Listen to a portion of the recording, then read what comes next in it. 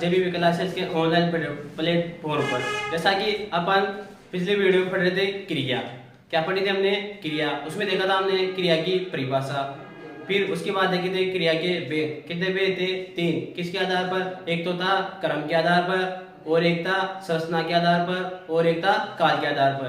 तो हमने क्रिया के भेद में पहला वाला जो भेद देखा था उसको कितने भागों में बांटा था? 2 भागों में। यानी क्रम के आधार पर कितने भागों में बांटा? 2 भागों में। तो एक था सक्रमक क्रिया और था द्विक्रमक क्रिया। तो उसमें हमने थोड़ी सी गलतियों की थी, यानी उसको इसमें सुधारेंगे। यानी हमने उसमें एक जो अकर्मक क्रिया थी उसको 2 भागों में बांटा था, लेकिन वो नहीं था।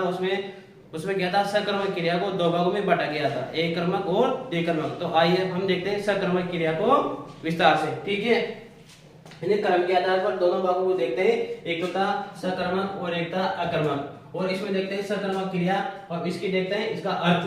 यानी स का अर्थ क्या होता है? सहित। यानी इस सकर्मक में पहला शब्द वर्ण आ रहा है स का अर्थ है सहित। क्या होता है? सहित। यानी सकर्मक का अर्थ हो जाएगा सिंपल सी भाषा में क्रम के साथ। किसके साथ? क्रम के साथ। अब देखते हैं सकर्मक क्रिया की परिभाषा। यानी जिस क्रिया का फल कर्ता को छोड़कर किस पर पड़े? कर्म पर। किस पर पड़े? कर्म पर पड़े, वो क्या कहलाएगा? सकर्मक क्रिया कहलाएगा। यानी जिस क्रिया का फल कर्ता को छोड़कर कर्म पर पड़े वह सकर्मक क्रिया कहलाती है। जैसे बच्चा चित्र बना रहा है। क्या बना रहा है? चित्र। गीता सितार बजा रही है। क्या बजा रही है? सितार। यानी अब इसमें क्या करेंगे? हम प्रश्न करेंगे। क्या करेंगे? प्रश्न करेंगे। जैसे बच्चा क्या बना रहा है, अब उत्तर क्या आएगा? चित्र। क्या आएगा? चित्र। तो चित्र क्या हो जाता है? कर्म। जैसे गीता क्या बजा रही है, यानी गीता क्या बजा रही है, तो इसमें उत्तर क्या आ जाएगा? सितार। यानी दोनों में क्या हो जाएगा? इसमें तो चित्र हो जाएगा कर्म, और इसमें क्या हो जाएगा? सितार कर्म। यानी भाषा में कहा है, ये जो परिभाषा में कहा गया है, जिस क्रिया का फल कर्ता को छोड़कर किस पर पड़े? कर्म पर पड़े, उसे क्या बोलेंगे? सकर्मक क्रिया कहते हैं। ठीक है, आगे देखते हैं सकर्मक क्रिया के भेद। यानी इसके कितने भेद है? 2। कितने भेद है? 2। एक कर्मक और द्विकर्मक। कौन कौन से?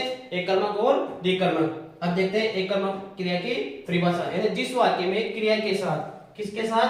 क्रिया के साथ एक कर्म प्रयुक्त हो। कितने? एक कर्म, ओनली एक कर्म प्रयुक्त हो, उसे क्या बोलेंगे? एक कर्मक क्रिया कहते हैं। जैसे सीता फट रही है। सीता क्या कर रही है? फट रही है। यानी सीता के द्वारा एक ही कर्म का, किसका? एक ही कर्म का प्रयोग हो रहा है। किसका? पढ़ना का। यानी जो क्या कर रही है? वो पढ़ रही है। यानी सीता पढ़ रही है, यानी एक कर्म का प्रयुक्त हो रहा है, उसे क्या बोलेंगे? एक कर्मक क्रिया कहते हैं। दूसरा द्विकर्मक क्रिया। जिस वाक्य में क्रिया के साथ 2 क्रम। कितने क्रम? 2 क्रम। पहले वाले में तो एक कर्मक में तो कितने क्रम थे? एक क्रम। कितने क्रम था? एक क्रम। इसमें कितने क्रम है? 2 क्रम।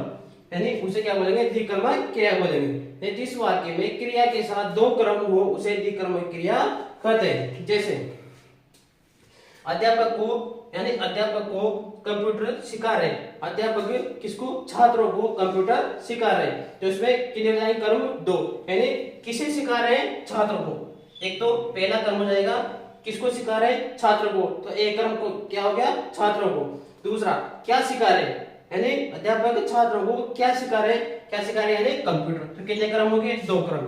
यानी इसमें कितने कर्मों का प्रयोग हुआ है? 2 का। ठीक है, अब अपने आगे देखते हैं अकर्मक क्रिया। क्या देखते हैं? अकर्मक क्रिया। यानी इसका जो कर्म के आधार पर कितने भेद थे? सकर्मक और अकर्मक। उसमें से दूसरा भेद देखते हैं अकर्मक क्रिया। यानी जिस वाक्य में क्रिया का प्रभाव केवल किस पर? कर्ता पर। किस पर पड़े? ओनली कर्ता पर। इसमें क्या होगा? कर्म का अभाव होगा। यानी इसमें किस पर पड़ेगा प्रभाव? कर्ता पर पड़ता है, उसे क्या बोलेंगे? अकर्मक क्रिया कहलाती है। ठीक है, जैसे योगेश सोता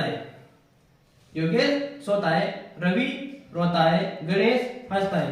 यानी डायरेक्ट किस पर पड़ रहा है? कर्ता पर पड़ रहा है। इसमें कर्ता कौन है? योगेश, रवि और गणेश। ये तीनों क्या है? ये कर्ता है। यानी इसमें प्रभाव किस पर पड़ेगा? केवल कर्ता पर। यानी इसमें कर्म का अभाव होगा। तो आज हमने देखा कर्म के आधार पर कितने भेद? 2 भेद। कितने? 2 भेद, सकर्मक और अकर्मक। फिर हमने देखा सकर्मक क्रिया। यानी सकार सहित सकर्मक कर्म के साथ। यानी इसकी परिभाषा देखी, जिस क्रिया का फल कर्ता को छोड़कर किस पर पड़े? कर्म पर पड़े, उसे क्या बोलेंगे? सकर्मक क्रिया कहते हैं। जैसे बच्चा चित्र बना रहा था, गीता सितार बजा रही थी, यानी दोनों के उत्तर के अंदर पे क्या आया, चित्र और सितारा। अब आगे सकर्मक क्रिया के दो भेद, एक कर्मक और द्विकर्मक। अब एक कर्मक में एक क्रम के क्रिया के साथ कितने क्रम होंगे, एक क्रम, और द्विक्रम में क्रिया के साथ कितने होंगे, दो क्रम। यानी एक क्रम होगा तो एक कर्मक क्रिया, दो क्रम होंगे तो द्विकर्मक क्रिया। ठीक है। अब आगे जैसे इसका दूसरा है अकर्मक क्रिया, इसमें क्या हो रहा है, इस वाक्य में क्रिया का प्रभाव क्या किस पर पड़ रहा है, क्रिया पर पड़ रहा है, उसे क्या बोलेंगे, अकर्मक क्रिया बोलेंगे। इसमें जैसे योग्य होता है तो इसमें क्या है, सीधा संबंध किससे हो रहा है, कर्ता से, यानी इस पर कर्ता पे जो प्रभाव पड़ता है उसे क्या बोलेंगे, अकर्मक क्रिया। कर्म इसमें क्या है, कर्म का प्रभाव है। तो आज हमने देखा कर्म के आधार पर क्रिया के भेदों को। अब अगली क्लास में देखेंगे संरचना के आधार पर क्रिया के भेद। धन्यवाद।